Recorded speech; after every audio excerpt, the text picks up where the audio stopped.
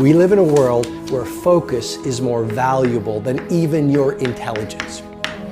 How many hours a day you waste, or how many hours a week you waste. And the classic answer is something like 4 to 6 hours a day. You know, inefficient studying, watching things on YouTube that not only do you not want to watch, that you don't even care about, that make you feel horrible about watching after you're done. That's probably 4 hours right there. You know, you think, well, that's 25 hours a week, it's 100 hours a month, that's 2.5 full work weeks, it's half a year of work weeks per year. And if your time is worth $20 an hour, which is a radical underestimate, it's probably more like 50 if you think about it in terms of deferred wages.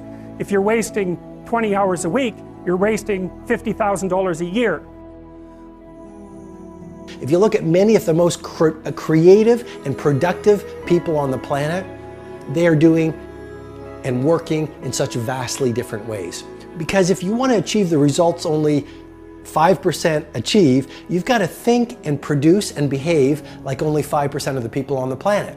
And the best people on the planet in terms of creativity and productivity are not spending their finest hours addicted to distraction.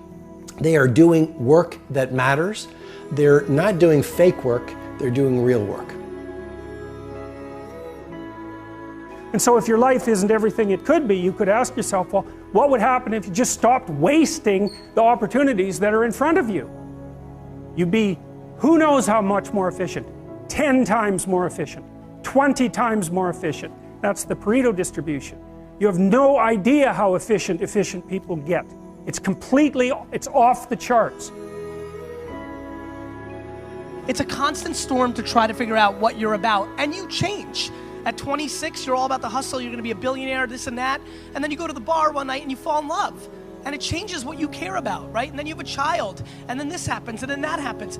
Things change. You just have to always consistently try to figure out what's driving you, and not because other people are watching, and not because that's what your dad wants, and not because that's what you said was gonna happen, and it doesn't look like it, and your family's gonna judge you. You just have to be as real with yourself as possible, and that is a very difficult struggle, but when you're not, you create enormous vulnerability and unhappiness. A lot of us get to work and we spend our best hours on our least important activities. We get to work and we start checking our social feed. We get to work and we check our text. We get to work and we chit chat at the water cooler about the latest TV show that we watched last night. And research has shown that the morning hours are when you have the most focus, when you have the most energy, and when you have the most willpower. And so you want to use that first 90 minutes, you know, that is game time, that's show time. It's more like you should understand how much potential there is within you to set that straight.